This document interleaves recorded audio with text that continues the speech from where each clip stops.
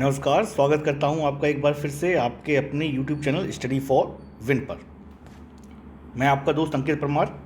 आज हम आपके लिए लाए हैं EVS का फर्स्ट टॉपिक, परिवार एवं आवास, यानी कि फैमिली एंड हैबिटेट।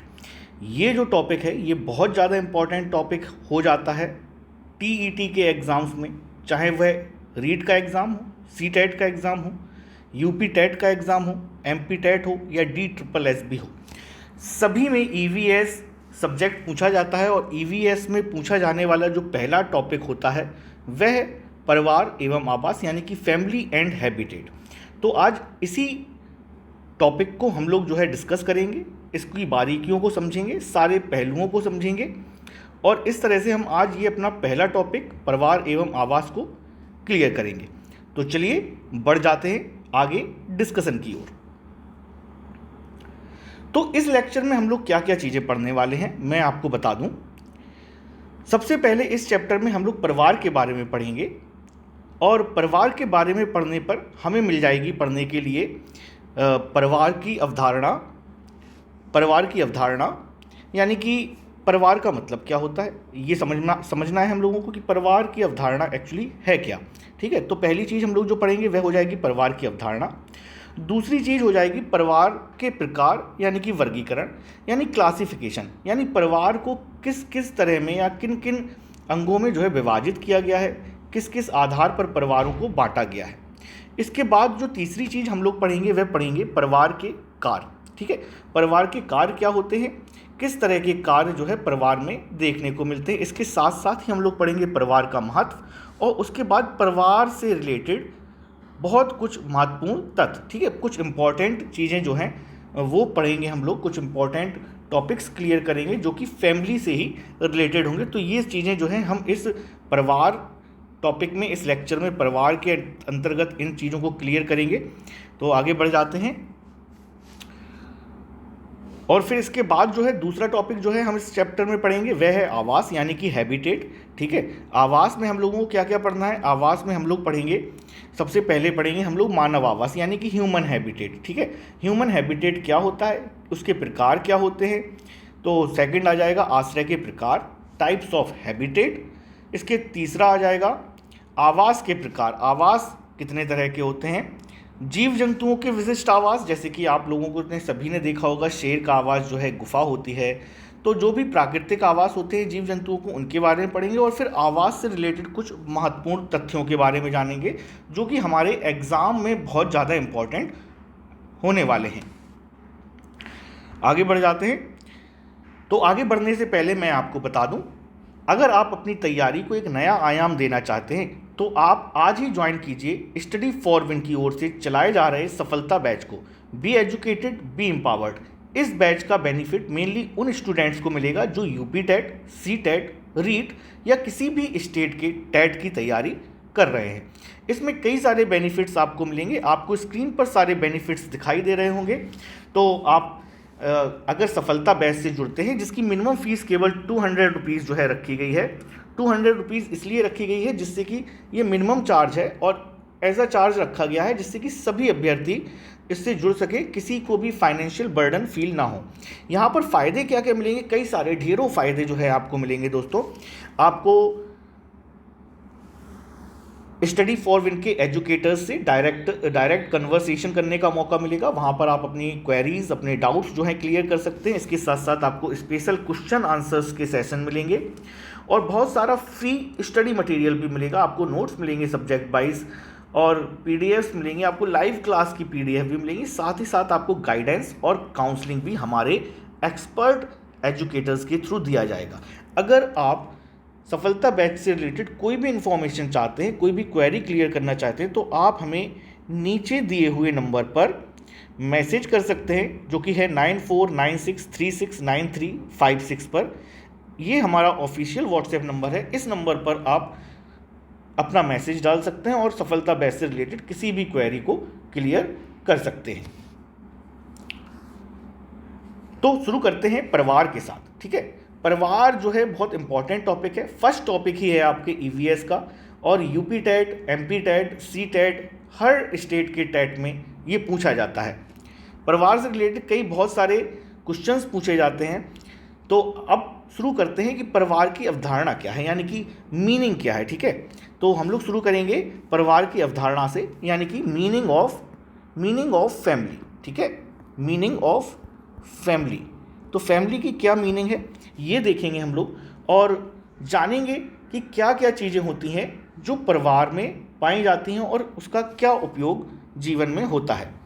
आगे बढ़ जाते हैं। तो देख लीजिए, जिस तरह से पहला ही जो सेंटेंस आपकी स्क्रीन पर दिखाई दे रहा होगा, परिवार शब्द एक अंग्रेजी भाषा के फैमिली शब्द से लिया गया है। ठीक है, परिवार शब्द जो है वो इंग्लिश के फैमिली शब्द से लिया गया है। जैसा कि हम सभी लोग जानते हैं, फैमिली को हिंदी में रूपांतरण किया जाए तो उसी को परिवार कहते हैं। अब जो ये फैमिली वर्ड है, ये एक लैटिन भाषा के फैमुलस वर्ड से, ठीक है, किस वर्ड से? फैमुलस वर्ड से लिया गया है। ठीक है, फैमुलस वर्ड से लिया गया है।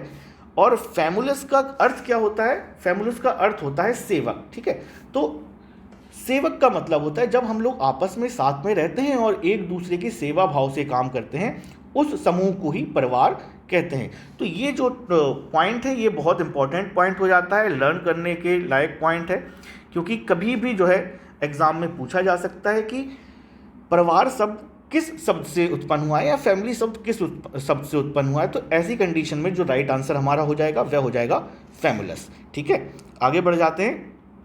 परिवार सामाजिक संस्थानों में सबसे महत्वपूर्ण, सर्वव्यापी एवं प्राथमिक सामाजिक संस्था या समूह है। ठीक है, तो ये क्लियर बात हो गई कि जब भी एक बालक का जन्म होता है तो वो अपने जीवन काल में जितनी भी सामाजिक संस्थाओं से जुड़ता है या जितनी भी सामाजिक संस्थाओं से उसका सामना होता है, उसमें परिवार जो है वह सबसे महत्वपूर्ण और प्राथमिक सामाजिक संस्था या समूह होती है। ठीक है, बालक का सबसे पहले जो है सामना परिवार के साथ ही होता है और ये सर्वव्यापी होता है, यानी हर जगह ये पाया जाता है। एक बालक एक परिवार में ही जन्म लेता है आमतौर पर। आगे बढ़ जाते हैं। भारत में परिवार समाज की बुनियादी इकाई है। जी हाँ, बिल्कुल, अगर हम लोग ये देखें तो बिल्कुल एक्यूरेट पॉइंट है कि भारत में जो परिवार है वह समाज की बुनियादी इकाई है। यानी कि हम भारत में, इंडिया में सोसाइटी की जो शुरुआती यूनिट है, अगर सोसाइटी कहाँ से स्टार्ट होती है तो सोसाइटी की स्टार्टिंग जो होती है वो होती है फैमिली से। जी हाँ, कहाँ से होती है? फैमिली से जो है स्टार्टिंग होती है। बिल्कुल सही। तो भारत में परिवार समाज की एक बुनियादी इकाई है। आगे बढ़ जाते हैं। तो सामान्यतः परिवार, अब बात की जाए कि परिवार क्या है, तो सामान्यतः परिवार स्त्री एवं पुरुष के बीच एक वैवाहिक संबंध से बनता है। ठीक है, परिवार एक महत्वपूर्ण संस्था है। चाहे देश हो, काल हो, परिस्थिति के समय अनुसार समय समय पर इसके स्वरूप में जरूर परिवर्तन होता रहा है, लेकिन अगर हम लोग बेसिक कॉन्सेप्ट देखें तो परिवार क्या है? परिवार है स्त्री एवं पुरुषों के बीच वैवाहिक संबंध। ठीक है, जब वैवाहिक संबंध होते हैं उसके बाद जब वो अपने शिशु को जन्म देते हैं तो इस तरह से उनका जो है परिवार बनता जाता है। परिवार में रक्त संबंधों का होना आवश्यक है। बिल्कुल, जी हाँ, ये बहुत इंपॉर्टेंट पॉइंट है। अगर परिवार जो है वह कब कहलाता है? जब उसमें रहने वाले सदस्यों में आपस में रक्त संबंध हो। ठीक है, क्या हो? रक्त संबंध हो। जब आपस में ब्लड रिलेशन हो तो उसी ग्रुप को क्या कहते हैं? फैमिली या परिवार कहते हैं। फॉर एग्जाम्पल, अगर मान लीजिए 4 मित्र एक साथ रहकर किसी एक घर में रहकर वे पढ़ाई करते हैं तो उस समूह को जो है हम लोग परिवार की संज्ञा नहीं देंगे। परिवार की संज्ञा कहाँ पर दी जाएगी? जहाँ पर आपस में ब्लड रिलेशंस होंगे, यानी कि रक्त संबंध होंगे।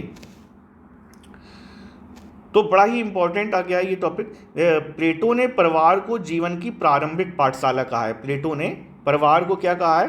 प्लेटो ने परिवार को जीवन की प्रारंभिक पाठशाला कहा है। जैसा कि मैंने आपको पहले ही बताया था कि एक बालक अपने जन्म के बाद जो शुरुआती ज्ञान पाता है तो वह कहाँ से पाता है? वह अपने, जी हाँ, परिवार से पाता है। तो इस अनुसार प्लेटो कहते हैं कि एक बालक के लिए परिवार जो है उसकी प्रारंभिक पाठशाला होता है। तो ये जो है लर्न करने लायक पॉइंट है, आपको बिल्कुल याद रखना चाहिए कि इस तरह के पेडागोजी में क्वेश्चंस बहुत पूछे जाते हैं। तो परिवार को जीवन की प्रारंभिक पाठशाला किसने कहा? जी हाँ, तो राइट आंसर हमारा हो जाएगा प्लेटो। आगे बढ़ जाते हैं। परिवार निर्माण हेतु आवश्यक अंग पति पत्नी है। जी हाँ, जैसा कि हम लोग पहले ही बात कर चुके हैं कि एक परिवार निर्माण हेतु आवश्यक अंग पति पत्नी है। अगर पति पत्नी नहीं होंगे तो परिवार का निर्माण होना असंभव हो जाता है। ठीक है, तो परिवार निर्माण हेतु आवश्यक अंग है जो है वह पति पत्नी। ठीक है, एक स्त्री और पुरुष जिसके बीच में वैवाहिक संबंध हो, फिर वह पति पत्नी का रूप लें और उसके बाद जो है वे अपने परिवार का निर्माण करते हैं। और ये निर्माण जो है लगातार chain by chain, generation by generation चलता रहता है। बालक को प्रथम 5 वर्षों में जो शिक्षा मिलती है वह फिर कभी नहीं मिलती। जी हाँ, तो गांधी जी ने कहा है कि बालक को प्रथम 5 वर्षों में जो शिक्षा मिलती है वह फिर कभी नहीं मिलती। तो आप लोगों ने बाल मनोविज्ञान में देखा होगा कि जो बालक होते हैं उनकी जो प्रवृत्ति होती है, जो मूल प्रवृत्ति होती है, वह उनके परिवार के आधार पर ही होती है। जिस तरह का ज्ञान उसे परिवार में मिलेगा, या जो हम लोग कहते हैं ना कि परिवार में जो उसको मैनर्स सीखने को मिले। कई परिवार ऐसे होते हैं जहाँ पर बुरा व्यवहार किया जाता है या बोलचाल अच्छी नहीं होती है, तो उसका असर सीधा सीधा बालक पर होता है और वह वही चीज़ें सीख लेता है जो उसके परिवार में सर्वव्यापी होती हैं। तो गांधी जी ने कहा है कि प्रथम 5 वर्ष में जो भी शिक्षा मिलती है बालक को, वह परिवार से मिलती है और उसके बाद वह शिक्षा आगे कभी भी नहीं मिलती। इसीलिए हम लोग कहते हैं कि शुरुआत में जब बालक का जन्म होता है तो वह उसे परिवार में अच्छी चीज़ें जो है सिखाई जानी चाहिए, जिससे कि वो आगे जो उसकी व्यक्तित्व है वह बहुत गर्मामयी व्यक्तित्व बने। मैजनी के अनुसार बालक नागरिकता का सुंदरतम पाठ। ठीक है, मैजनी के अनुसार बालक नागरिकता का जो सुंदरतम पाठ है वह अपने माता पिता के चुंबन एवं दुलार से सीखता है। ठीक है, तो जो सोसाइटी या सोशल होने का जो रिलेशन है, जो बालक आगे चल के अपनी नागरिकता या अपने समाज में जिस तरह का व्यवहार रखता है, उसकी शिक्षा उसको शुरुआत में कहाँ से मिलती है? जी हाँ, तो उसे माता पिता के प्यार और दुलार से ये ज्ञान मिलता है, ये पाठ मिलता है। तो ये भी जो है बहुत इम्पॉर्टेंट है, आप लोग नोट कर लीजिएगा। मैजनी के अनुसार बालक नागरिकता का सुंदरतम पाठ माता के चुम्बन एवं पिता के दुलार से सीखता है। तो किसके अनुसार ये शब्द कहे गए हैं? जी हाँ, ये शब्द कहे गए हैं मैजनी के अनुसार। आगे बढ़ जाते हैं। इलियट एवं मैरियल, ठीक है, इन लोगों ने परिवार को विविध कार्यों वाली संस्था कहा है। क्या कहा है? विविध कार्यों वाली संस्था। इलियट और मैरियल ने कहा है कि परिवार एक अलग अलग कार्यों वाली संस्था है। जिस तरह से एक परिवार में एक पिता होता है, माता होती हैं, उनके बच्चे होते हैं, 2 या 3 बच्चे होते हैं, तो सबके जो कार्य हैं वे अलग अलग उनका बंटवारा रहता है। पिता का काम होता है घर के बाहर जाके पैसा कमाना, माता का काम होता है घर में कामकाज करना और घर की देखभाल करना, इसके साथ साथ ही बच्चों का पालन पोषण भी करना।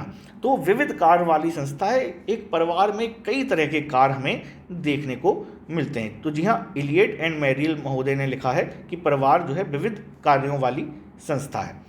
आई होप आपको क्लास अच्छी लग रही होगी। अगर क्लास आपको अच्छी लग रही है तो 1 सेकंड का वक्त निकालिए और क्लास को जो है अपने दोस्तों के साथ शेयर कर दीजिए। आपका एक शेयर हमारे लिए हजारों गुना हमारा उत्साहवर्धन करता है और हम लोग इसी तरह से मेहनत करने के लिए आतुर बने रहते हैं। आगे बढ़ जाते हैं। क्लियर ने क्या कहा? क्लियर ने परिवार से तात्पर्य माता पिता और बच्चों के संबंधों की व्यवस्था से माना है। प्रत्येक समाज की संरचना में परिवार केंद्रीय इकाई के रूप में। जी हाँ, तो हम लोगों ने पहले भी ये बात डिस्कस कर ली है कि फैमिली जो होती है वो एक बेसिक यूनिट होता है किसी भी सोसाइटी का। तो किसी भी समाज की संरचना हो, चाहे विदेश में आप देख लें, चाहे अमेरिका चले जाएं, किसी भी सोसाइटी को आप उठाकर देख लीजिए, वहाँ पर परिवार आपको एक केंद्रीय इकाई के रूप में दिखाई देगा। ठीक है, चाहे आप आदिवासी समूह को देखें, जंगल में रहने वाले आदिवासियों को देखें, हर जगह आपको एक केंद्रीय इकाई परिवार के रूप में जरूर देखने को मिलेगी। और ये किसके द्वारा कहा गया? जी हाँ, ये कहा गया क्लियर के द्वारा। किसके द्वारा कहा गया? क्लियर के द्वारा। परिवार एक ऐसा समूह है जिसमें माता पिता व बच्चे शामिल होते हैं। जी हाँ, बिल्कुल, परिवार एक ऐसा ग्रुप है, एक ऐसा समूह है जिसमें माता पिता व उनके बच्चे शामिल होते हैं। इस तरह से एक परिवार का निर्माण होता है। अब बढ़ जाते हैं हम लोग परिवार के वर्गीकरण की ओर, यानी परिवार का क्लासिफिकेशन, यानी क्लासिफिकेशन ऑफ फैमिलीज। ठीक है, अब क्या पढ़ना है हम लोगों को? हम लोगों को पढ़ना है क्लासिफिकेशन ऑफ फैमिलीज। तो क्लासिफिकेशन ऑफ फैमिली में देखेंगे परिवार के क्या अलग अलग प्रकार होते हैं, उनको किस तरह से वर्गीकृत किया गया है। तो परिवार का वर्गीकरण कई अलग अलग आधारों पर किया जा सकता है। तो सबसे जो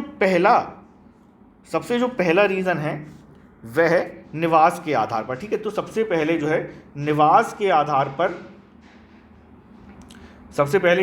आधार पर परिवारों को वर्गीकृत किया जाता है। तो निवास के आधार पर किन किन भागों में वर्गीकृत किया जाता है देख लेते हैं। जी हाँ, तो पहला हो गया पितृस्थानीय परिवार, और दूसरा हो गया मातृस्थानीय परिवार, और तीसरा हो गया नवस्थानीय परिवार। जी हाँ, तो अब जान लेते हैं कि पितृस्थानीय परिवार, मातृस्थानीय परिवार और नवस्थानीय परिवार में क्या अंतर है। ठीक है, तो पहला हमारा है निवास के आधार पर। तो निवास के आधार पर क्या है, पहला है पितृस्थानीय, दूसरा है मातृस्थानीय और तीसरा है नवस्थानीय। अब पितृस्थानीय परिवार एक्चुअली उन परिवारों को कहते हैं जिसमें विवाह उपरांत स्त्री पुरुष के घर जाके रहती है। ठीक है, पितृस्थानीय परिवार वह परिवार होते हैं जहाँ पर विवाह के बाद स्त्री जो है पुरुष के घर पर जाकर रहती है और वहाँ पर परिवार का निर्माण करती है, वह परिवार कहलाते हैं पितृस्थानीय परिवार। इसी तरह से मातृस्थानीय परिवार ये वह परिवार हैं जिनमें विवाह के बाद पुरुष स्त्री के घर में जाकर निवास करता है, उसको मातृस्थानीय परिवार कहते हैं और वहीं पर जाके परिवार का निर्माण होता है। नवस्थानीय परिवार एक्चुअली उस परिवार को कहते हैं जहाँ पर विवाहोपरांत जोड़ा जो है वह ना तो पुरुष के घर पर रहता है ना ही माता के स्थान पर रहता है, बल्कि वह किसी नए स्थान पर जाकर अपने परिवार का निर्माण करते हैं। इस परिवार को नवस्थानीय परिवार कहते हैं। इसके बाद देख लेते हैं दूसरा वर्गीकरण। जी हाँ, दूसरा वर्गीकरण आता है अधिकार अथवा सत्ता के आधार पर। तो इसमें भी दो क्लासिफिकेशन है, एक है पितृसत्तात्मक परिवार और दूसरा है मातृसत्तात्मक परिवार। जी हाँ, ठीक है, तो दूसरा जो क्लासिफिकेशन वह है अधिकार अथवा सत्ता के आधार पर, जिसमें पहला हमारा क्या हो जाएगा, पहला हो जाएगा पितृसत्तात्मक परिवार और दूसरा हो जाएगा मातृसत्तात्मक परिवार। तो आप इसमें बिल्कुल ही समझ गए होंगे आसानी से कि क्या कहा जा रहा है इसमें। पितृसत्तात्मक यानी कि जिन परिवारों में पिता की सत्ता चलती हो वह परिवार जो है कहलाते हैं पितृसत्तात्मक परिवार, यानी कि जहाँ पर मुखिया कौन हो, मुखिया जो है वह एक पिता हो। ठीक है, तो उसको पितृसत्तात्मक परिवार कहते हैं और वहाँ पर सारे निर्णय जो हैं वो पिता के द्वारा लिए जाते हैं। अब दूसरा आ जाता है मातृसत्तात्मक परिवार। यहाँ पर जो मुखिया होती है वह माँ होती है और सारे निर्णय जो है माँ के द्वारा लिए जाते हैं। तो ये दूसरा वर्गीकरण है हमारा अधिकार अथवा सत्ता के आधार पर। आगे बढ़ जाते हैं, तीसरा आ गया वैवाहिक रचना के आधार पर। ठीक है, अब तीसरा आ गया वैवाहिक रचना के आधार पर। अब वैवाहिक रचना के आधार पर भी आप देख सकते हैं, पहला होता है एक विवाही परिवार और दूसरा होता है बहुविवाही परिवार। अब एक विवाही और बहुविवाही परिवार में क्या अंतर होता है मैं आपको बता देता हूं। तो ये तीसरा क्लासिफिकेशन है, तीसरा वर्गीकरण है वैवाहिक रचना के आधार पर। इसमें एक हो जाता है एक विवाही परिवार और दूसरा होता है बहुविवाही परिवार। ठीक है, तो एक विवाही परिवार क्या है, एक विवाही परिवार वह परिवार है जिसमें एक समय में एक पुरुष तथा स्त्री वैवाहिक जीवन व्यतीत करते हैं। ठीक है, यानी एक पुरुष होगा और एक स्त्री होगी, ये आपस में जो है एक वैवाहिक जीवन व्यतीत कर रहे होंगे, ये एक विवाही परिवार कहलाता है। बहुविवाही परिवार क्या होते हैं, बहुविवाही परिवार वह परिवार होते हैं जिसमें पुरुष या स्त्री कई पुरुषों या कई स्त्रियों के साथ वैवाहिक जीवन व्यतीत करते हैं। जिस तरह का ये प्राचीन काल में ये देखने को मिलता था, एक राजा की जो है कई रानियां होती थीं, उसको बहुविवाही परिवार कहा जाता था। ठीक है, तो वह परिवार जिसमें एक पुरुष या स्त्री कई पुरुषों या स्त्रियों के साथ वैवाहिक जीवन व्यतीत करते हैं उसको बहुविवाही परिवार कहते हैं। अब बहुविवाही परिवार भी दो तरह के होते हैं, देख लीजिए। बहुविवाही परिवार भी दो तरह के होते हैं, जिसमें एक होता है बहुपत्नी विवाही। ठीक है, एक होता है बहुपत्नी विवाही और दूसरा होता है बहुपति बहुपति विवाही। ठीक है, तो ये क्लियर हो गया होगा। यानी कि जहाँ पर एक पुरुष हो और कई स्त्रियाँ हों वह बहुपत्नी विवाही, और जहाँ पर एक स्त्री और कई पुरुष हों वह बहुपति विवाही परिवार कहलाता है। आई होप इतना क्लियर हो गया होगा दोस्तों। अगर आपको क्लास अच्छी लग रही हो तो क्लास को जो है लाइक और शेयर जरूर कर दीजिएगा अपने मित्रों के साथ। आपको इसी तरह से टॉपिक वाइज क्लासेस सारी जो है रेगुलर आपको चैनल पर मिलती रहेंगी, हम प्रोवाइड कराते रहेंगे। आगे बढ़ जाते हैं। अब ये आ गया चौथा क्लासिफिकेशन, यानी सदस्य की संख्या के आधार पर। ठीक है, सदस्य की संख्या के आधार पर आ गया। सदस्य की संख्या के आधार पर देख लेते हैं। तो पहला तो हो गया संयुक्त परिवार और दूसरा हो गया एकल परिवार। तो संयुक्त परिवार और एकल परिवार ये तो जो है आप लोग भली भांति इससे जो है परिचित होंगे। सभी को मालूम होगा कि संयुक्त परिवार और एकल परिवार में क्या अंतर होता है। अब संयुक्त परिवार और एकल परिवार, जैसे आप लोगों में से ही कई लोग होंगे जो कि संयुक्त परिवार में रहते होंगे और कई लोग ऐसे होंगे जहाँ पर जो लोग एकल परिवार में रह रहे होंगे। ठीक है, तो चौथा क्लासिफिकेशन जो है हमारा सदस्य संख्या के आधार पर है, जिसमें पहला है संयुक्त परिवार, यानी कि जिसको हम लोग कहते हैं जॉइंट फैमिली। ठीक है, जॉइंट फैमिली कहते हैं। और दूसरा होता है एकल परिवार, यानी जिसको हम लोग कहते हैं न्यूक्लियर फैमिली। ठीक है, तो जॉइंट फैमिली और न्यूक्लियर फैमिली, संयुक्त परिवार और एकल परिवार में ये अंतर होता है। संयुक्त परिवार में जो है कई जनरेशन एक साथ रहती हैं, कई पुश्तें जो हैं एक साथ रह रही होती हैं, जिसमें दादा दादी, चाचा चाची, मम्मी पापा, ताऊ जी ताई जी, ये सभी लोग और उनके बच्चे जो है साथ में मिलकर रहते हैं। एकल परिवार में एक पुरुष और एक महिला होती है और उनके बच्चे होते हैं। ठीक है, उनके बच्चे होते हैं। ऐसे परिवारों को जो है एकल परिवार कहते हैं। आधुनिक एक युग में ज़्यादातर जो परिवार देखने को मिलते हैं वह होते हैं एकल परिवार। जी हाँ, तो हम लोग आजकल देखते हैं शहरों में ज़्यादातर हमें एकल परिवार ही देखने को मिलते हैं, जबकि हम लोग अगर ग्रामीण परिवेश में चले जाएं तो आज भी हमें वहाँ पर संयुक्त परिवार देखने को मिल जाते हैं। इसके बाद आ जाते हैं परिवार के कार्य। ठीक है, तो परिवार के कार्य देख लेते हैं। जैसा कि शुरुआत में ही मैंने बताया था आपको, परिवार एक विविध कार्यों के समूह है। ठीक है, विविध कार्य को करने वाली एक संस्था है, एक समूह है। तो देख लेते हैं परिवार के कार्य क्या होते हैं। परिवार के कार्यों को मूल दो भागों में विभक्त किया जा सकता है। ठीक है, परिवार को मूल दो भागों में विभक्त किया जा सकता है।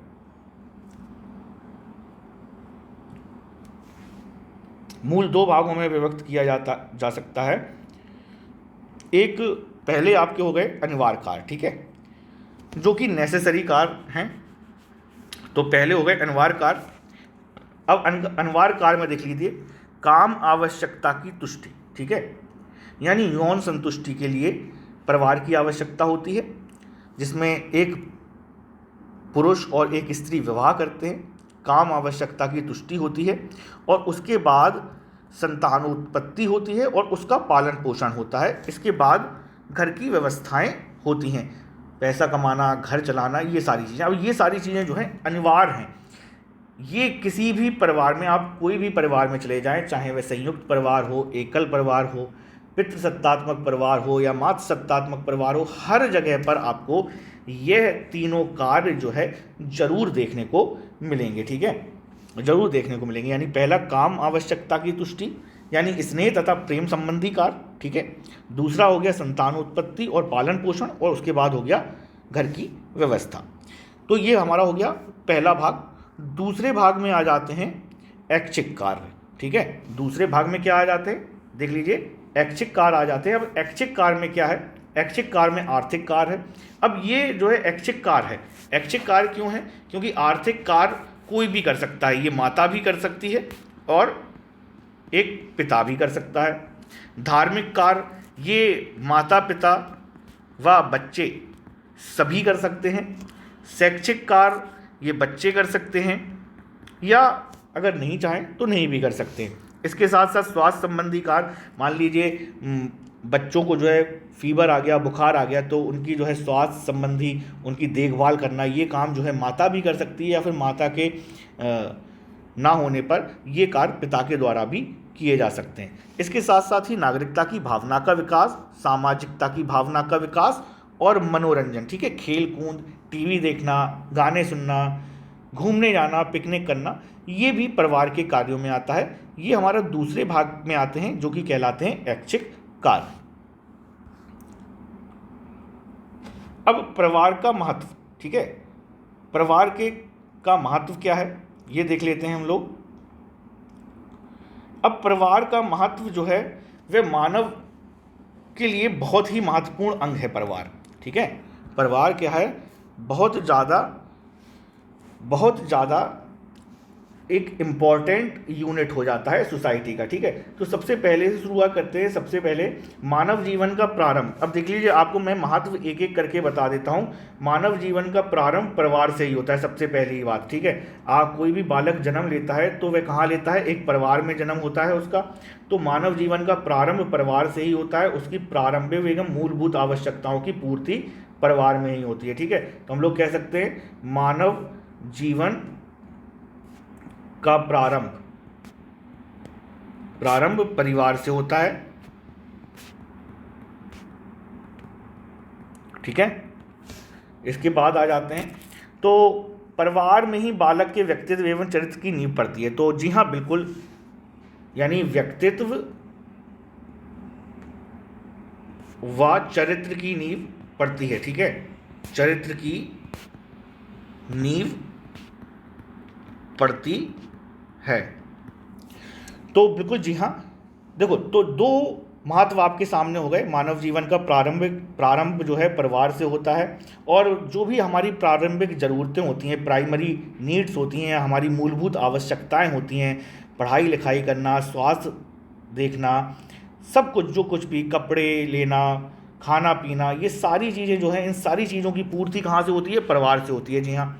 अब आपका व्यक्तित्व या आपकी चरित्र कैसा होगा, ये कहाँ से हमें पता चलता है, जी हाँ, तो ये भी जो है, इसकी शुरुआत भी एक परिवार से ही होती है। अगर आपको परिवार में अच्छी चीज़ें सिखाई जाएंगी तो आपका व्यक्तित्व जो है और वो चरित्र जो है वह बहुत अच्छा बनेगा, सुदृढ़ बनेगा। लेकिन अगर किसी ऐसे परिवार का बालक है जहाँ पर नित्य जो है जो है बुरे बुरे कार्य किए जाते हैं, खराब बातें होती हैं, तो उसका प्रभाव सीधा बालक के चरित्र और व्यक्तित्व पर पड़ता है।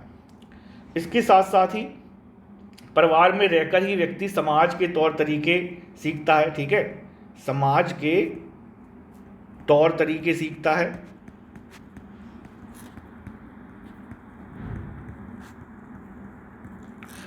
तो हम लोग ये कह सकते हैं कि परिवार में रहकर ही व्यक्ति समाज के तौर तरीके, इसके साथ साथ मान्यताएं क्या हैं, आदर्श क्या हैं, परंपराएं क्या हैं, सामाजिक मूल्य क्या हैं, तथा एक समाज के प्रति बालक का उत्तरदायित्व क्या है, इन सभी चीज़ों का ज्ञान हमें परिवार से ही सीखने को मिलता है, ठीक है। तो ये सारी चीज़ें हो गई। इसके अलावा मनुष्य की सभी आर्थिक क्रियाओं का संचालन भी परिवार में ही होता है। आर्थिक क्रियाएं, ठीक है, आर्थिक क्रियाएं हो गई, ये भी परिवार के द्वारा ही संचालित होती हैं। इसके साथ साथ औपचारिक और अनौपचारिक शिक्षा, औपचारिक और अनौपचारिक दोनों ही तरह की शिक्षा प्रदान करने में परिवार का अहम योगदान होता है। तो चाहे औपचारिक हो, आपको स्कूल में भर्ती कराना हो, या घर पर जो है मोरल लेसन सिखाने हो, नैतिक पाठ पढ़ाने हो, अनौपचारिक शिक्षा, ये दोनों ही शिक्षाएं जो हैं परिवार के द्वारा ही प्रदान की जाती हैं। बालक के जीवन में, जैसा कि हम सभी को पता है, शिक्षा का स्थान सर्वोपरि होता है, और शिक्षा जो है बालक को कहाँ से मिलती है, वह उसके परिवार से मिलती है, ठीक है। अगर परिवार अच्छी शिक्षा देगा तो बालक का चरित्र जो है सुनहरा होगा, और अगर परिवार जो है अच्छी शिक्षा नहीं देगा तो उस बालक का जो भविष्य है वह अंधकार में भी हो सकता है, ठीक है। बालक को अगर हम लोग देखें तो परिवार में ही सब कुछ जो है शुरुआत में सीखने को मिलता है। तो जैसा कि हम लोगों ने कहा था कि प्रारंभिक पाठशाला जो होती है परिवार की, वह जो है परिवार ही होता है। और अगर हम अपने संविधान की बात करें तो अनुच्छेद 51 का, ठीक है, किसमें, 51 का के अनुसार माता पिता का यह कर्तव्य है कि वे स्वयं के बच्चों को शिक्षा का अवसर प्रदान करें। ठीक है, तो इस तरह से ये संविधान सूची में भी शामिल है कि माता पिता को अपने बच्चों को शिक्षा का अवसर प्रदान करने का मौका देना चाहिए। ये एक माता पिता का कर्तव्य होता है। तो इसके साथ साथ ही मैं आपको कुछ और भी चीज़ें बता दूं। तो सबसे पहले जैसा कि हम लोगों ने देखा था,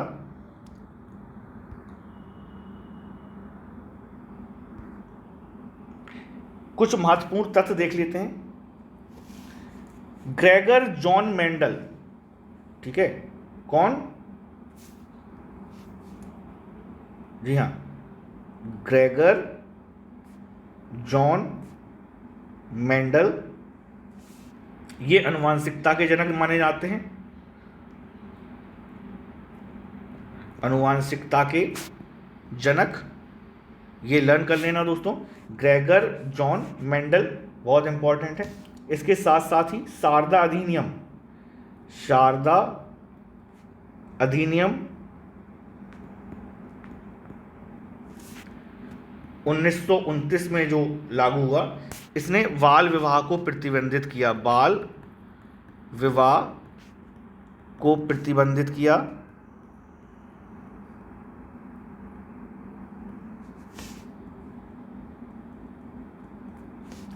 तीसरा देख लेते हैं, तो कन्या भ्रूण परीक्षण, ठीक है, भ्रूण परीक्षण, ये कुछ महत्वपूर्ण तथ्य हैं, आप लोग नोट कर लेना। तथा गर्भपात, ठीक है, तथा गर्भपात कब से प्रतिबंधित है? वर्ष 1994 से प्रतिबंधित है। और देख लेते हैं, प्राचीन हिंदू परिवारों में स्त्रियों की प्रतिष्ठापूर्ण संज्ञा दी थी। नाइजीरिया की याको जनजाति में द्विपक्षीय वंशानुक्रम पाया जाता है। भारत के विकास में प्रमुख अवरोधक तत्व दहेज प्रथा, जाति प्रथा एवं बाल विवाह हैं। बालक सामाजिकरण का प्रथम पाठ परिवार में सीखता है। इसके साथ साथ ही पुरुष आधारित सत्ता पितृसत्तात्मक परिवार में होती है। ठीक है, शारदा अधिनियम 1959। अब ये शारदा अधिनियम की बात कर लेते हैं। शारदा अधिनियम क्या कहता था कि लड़कियों की विवाह की उम्र कितने वर्ष हो? 14 वर्ष, और लड़कों की 18 वर्ष तय की गई थी। बाद में इसको बढ़ाकर लड़कियों की 18 वर्ष और लड़कों की 21 वर्ष आयु कर दी गई।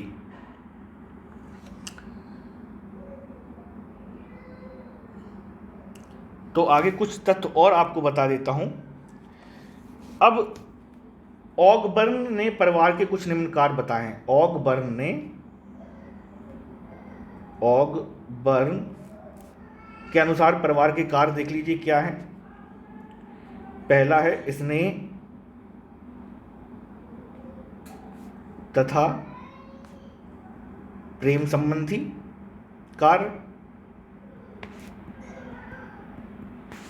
दूसरा है आर्थिक कार्य।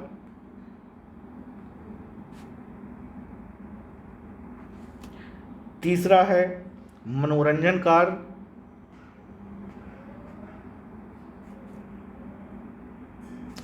चौथा बताया है इन्होंने पालन पोषण।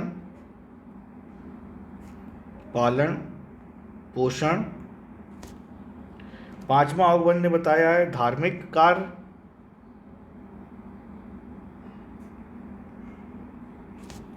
छठवां बताया है शिक्षा संबंधी कार्य। ठीक है, क्या बताया है? शिक्षा संबंधी कार्य। तो ऑगबर्न के अनुसार परिवार के क्या कार्य हैं? स्नेह तथा प्रेम संबंधी कार्य, आर्थिक कार्य, मनोरंजन कार्य, पालन पोषण कार्य और धार्मिक कार्य। मैकाइवर और पेज के अनुसार, अब यहां पर देख लेते हैं, मैकाइवर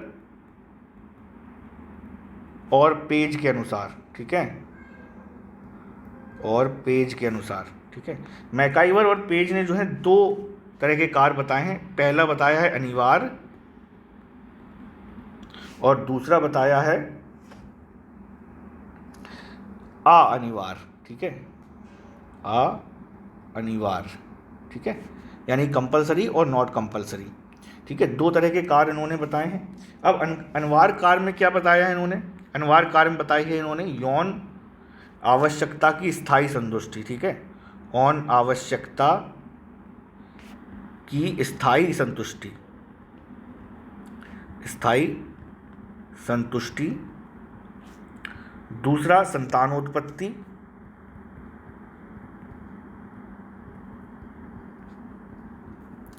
और तीसरा जो है बताया है इन्होंने, तीसरा बताया स्नेहात्मक कार्य, ठीक है, स्नेहात्मक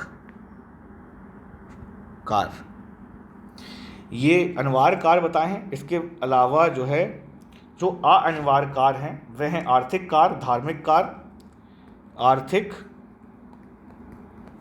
धार्मिक, शैक्षणिक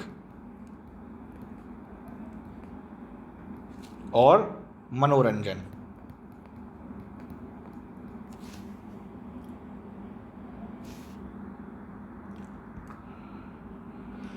तो इसके बाद शुरू करते हैं आवास के बारे में, ठीक है। इतना क्लियर हो गया होगा आपको। अब आवास को देखते हैं। आवास जैसा कि हम सबको पता है यानी हैबिटेट, यानी हम लोगों के रहने की जगह। तो मानव आवास, सबसे पहले मानव आवास के बारे में जानेंगे।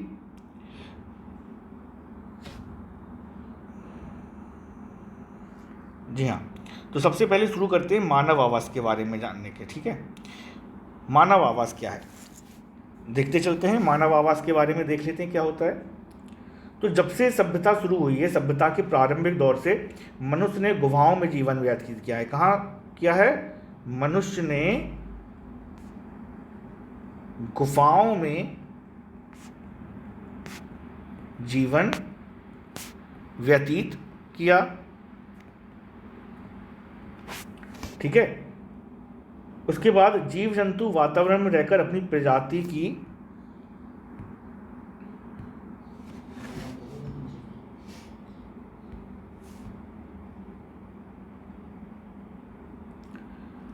जी हाँ, सभ्यता के प्रारंभिक दौर में मनुष्य गुफाओं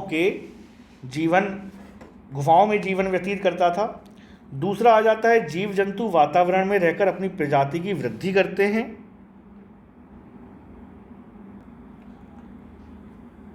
जी हाँ, तो मानव आवास की अगर बात करें हम लोग, मानव आवास मतलब ह्यूमन हैबिटेट। तो जब से सभ्यता शुरू हुई है या सभ्यता की जो प्रारंभिक दौर था उसमें मनुष्यों ने सबसे पहले गुफाओं में और पेड़ों के ऊपर जीवन व्यतीत करना शुरू किया, बिल्कुल जिस तरह से जानवर किया करते थे। क्योंकि जीव जंतु जो हैं वे वातावरण में रहकर अपनी प्रजाति की वृद्धि करते हैं और वहीं उनका आवास कहलाता है। यानी जिस इलाके में वो रह रहे हैं वहाँ पर रहते हैं, अपना भोजन ग्रहण करते हैं और अपनी आबादी की या अपनी प्रजाति को जो है लगातार उसमें वृद्धि करते रहते हैं। उस इलाके को आवास कहते हैं, ठीक है। तो कोई भी मानव हो, प्रत्येक मानव के लिए घर एक मूलभूत आवश्यकता है, यानी बेसिक नीड है, ठीक है। क्या है? एक बेसिक नीड हो जाती है घर, ठीक है। जैसा कि हम सभी को पता है, सभी के लिए जो घर है एक बेसिक नीड है, रोटी कपड़ा और मकान जिसको हम लोग कहते हैं।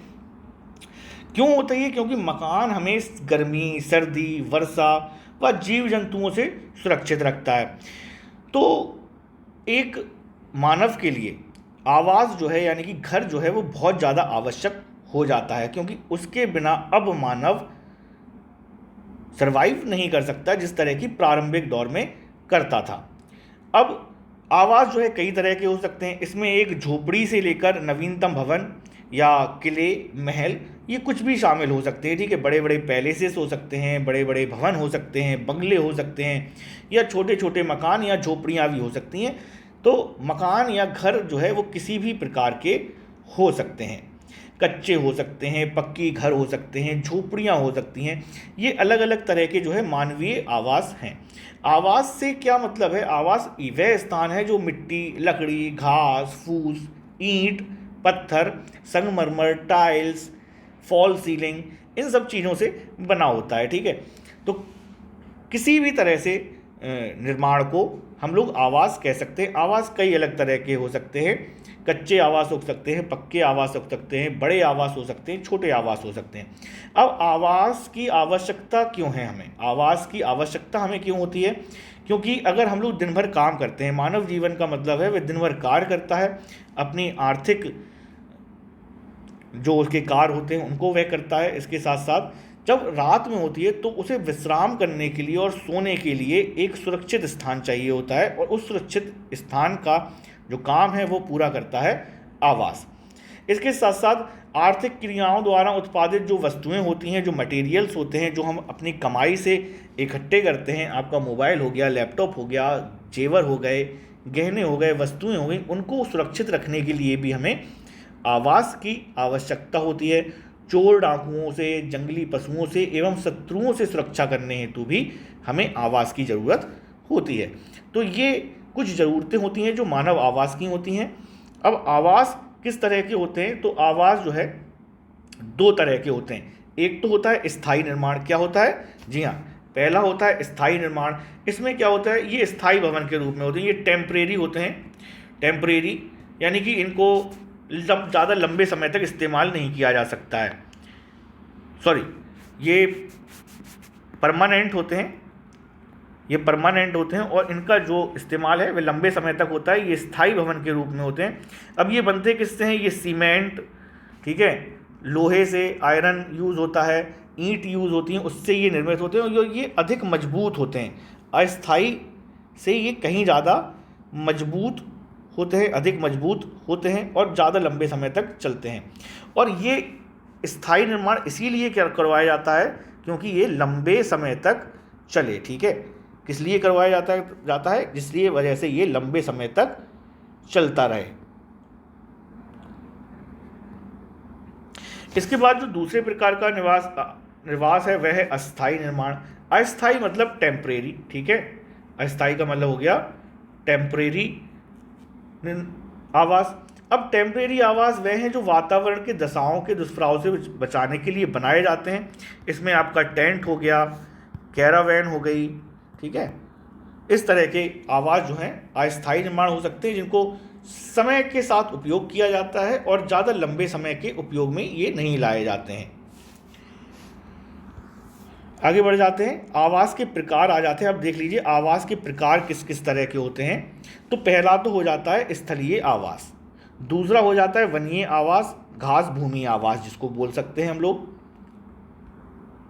तीसरा हो जाता है मरुस्थलीय आवास, और चौथा हो जाता है जलीय आवास। इसके बाद पहाड़ी आवास, ध्रुवीय आवास। ये कुछ आवासों के प्रकार हैं। अब मैं आपको एक एक करके बता देता हूं कि इनका मतलब जो है वह क्या होता है। देखिए, स्थलीय आवास, स्थल का मतलब होता है जमीन, ठीक है। स्थल पर रहने वाले सभी जीवों को आवास, स्थलीय आवास चाहिए होते हैं, जैसे कि शेर है, मानव हैं, यानी जो भी जीव जंतु स्थल पर रहते हैं उन्हें टेरेस्ट्रियल हैबिटेट चाहिए होता है। कैसा हैबिटेट? जी हाँ, टेरेस्ट्रियल हैबिटेट। हाँ,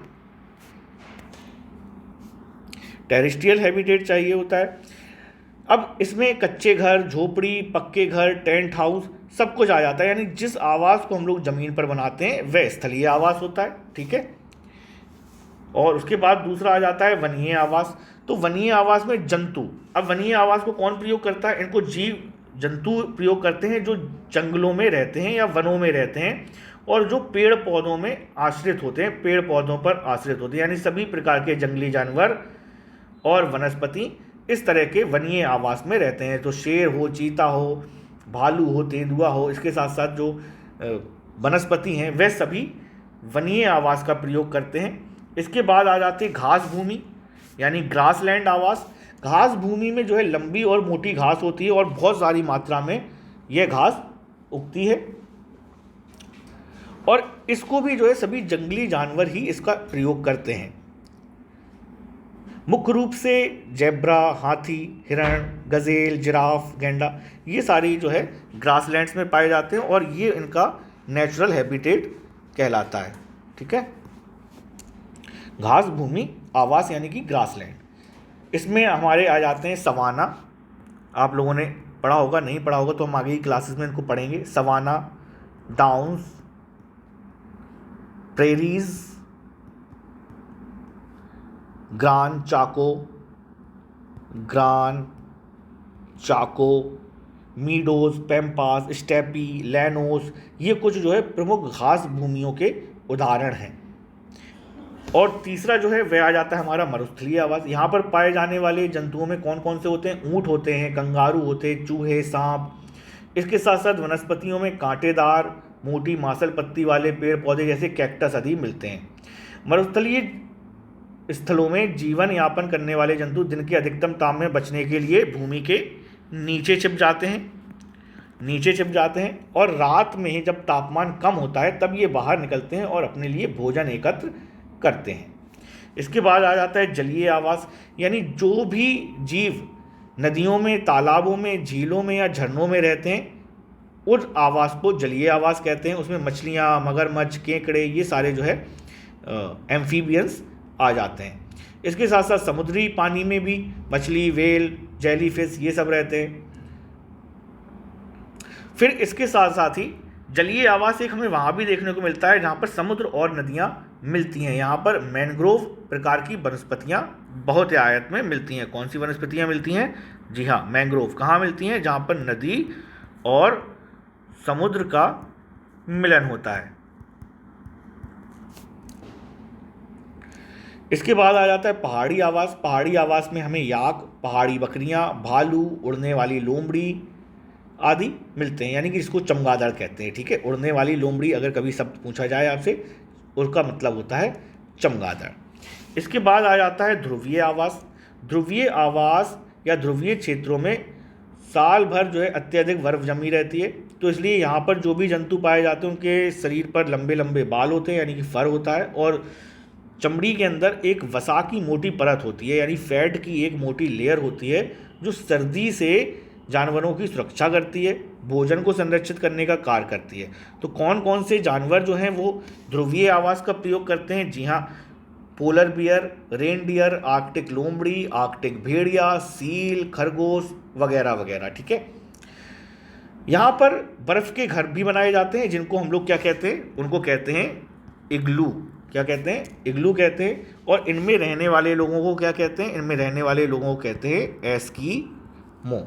ठीक है, इतना समझ गए होंगे आप लोग। तो ये इतने तरह के आवास होते हैं: स्थलीय आवास, वनीय आवास, मरुस्थलीय आवास, जलीय आवास, पहाड़ी आवास और ध्रुवीय आवास। मानव किस आवास का प्रयोग करता है? मानव प्रयोग करता है स्थलीय आवास का।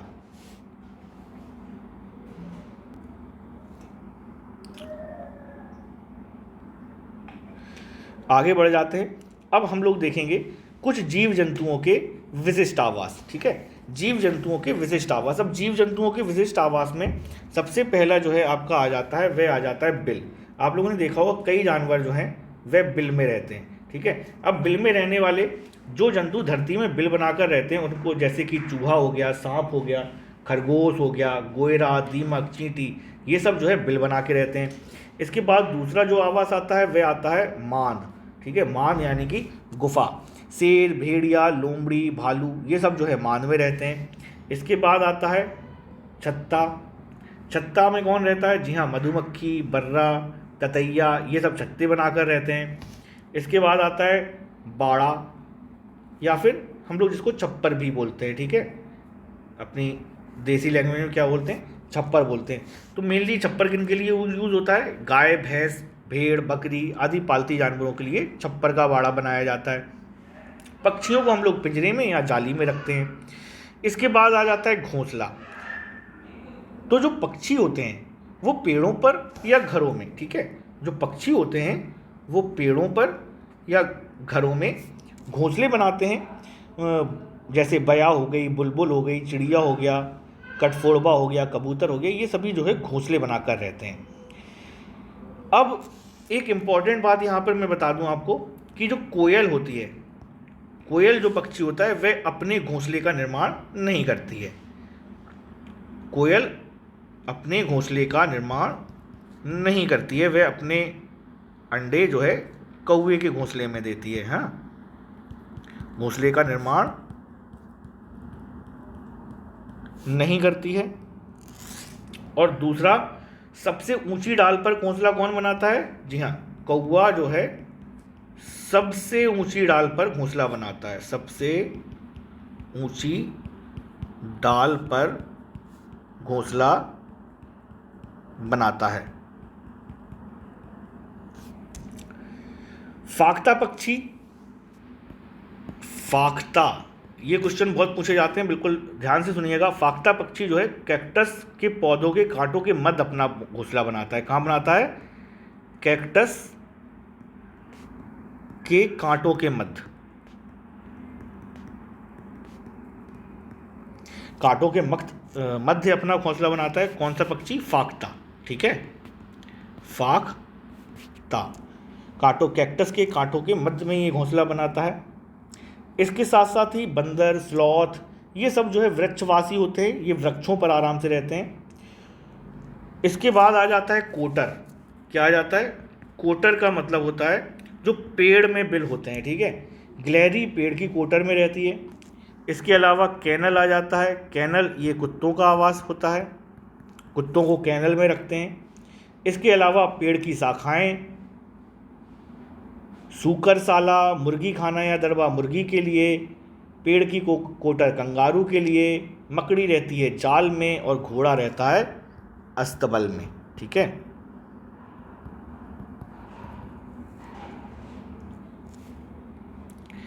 आगे बढ़ जाते हैं और देख लेते हैं कुछ इंपॉर्टेंट तथ्य जो जुड़े हैं किससे?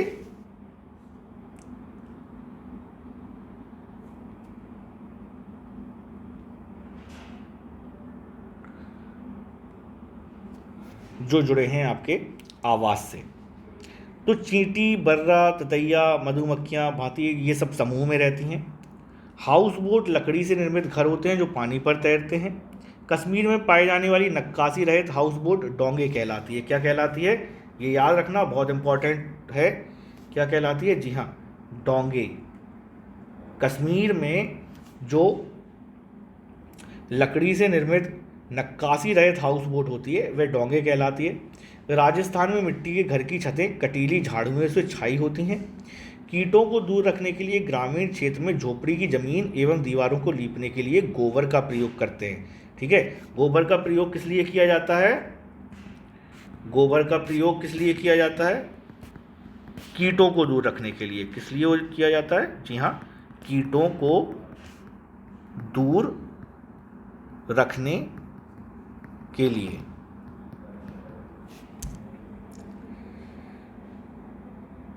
तो इस तरह से जो है हमारा परिवार और आवास का टॉपिक जो है वह पूरा होता है। आई होप आपको क्लास पसंद आई होगी, आपको क्लास पसंद आई हो। अगर आपको क्लास पसंद आई हो तो इसको जो है अपने दोस्तों के साथ शेयर करें, कमेंट करके मुझे बताएं कि इसमें आपको क्या पसंद आया और क्या नहीं। तो लाइक कर दें, शेयर कर दें अपने दोस्तों के साथ, और अगर कोई भी इम्प्रूवमेंट आप चाहते हैं तो ज़रूर कमेंट में जो है हमें कमेंट करके बताएं। इसी के साथ जो है ये टॉपिक परिवार और आवास कंप्लीट होता है। हम इससे रिलेटेड क्वेश्चंस जो हैं आपकी लाइव क्लास में लेकर आएंगे और देखेंगे कि कितने क्वेश्चंस आप लोग सही हल करते हैं। इसी के साथ मैं आपका दोस्त अंकित परमार आपसे विदा लेता हूँ। स्टडी फॉर विन पर जुड़ने के लिए आपका धन्यवाद। इसी तरह से जुड़ते रहिए, पढ़ते रहिए, मेहनत करते रहिए। B educated, be empowered. Thank you. जय हिंद, वंदे मातरम, भारत माता की जय।